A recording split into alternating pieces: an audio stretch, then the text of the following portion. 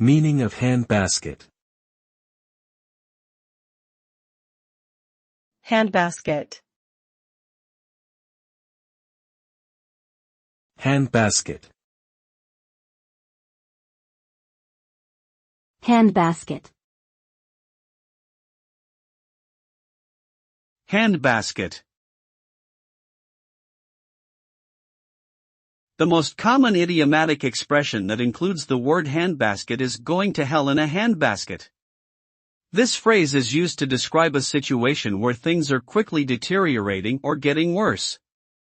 The phrase likely originated in the United States in the mid-19th century, when handbaskets were commonly used for carrying goods to market. Today, it is often used in a figurative sense to indicate that a situation is out of control or trending towards disaster.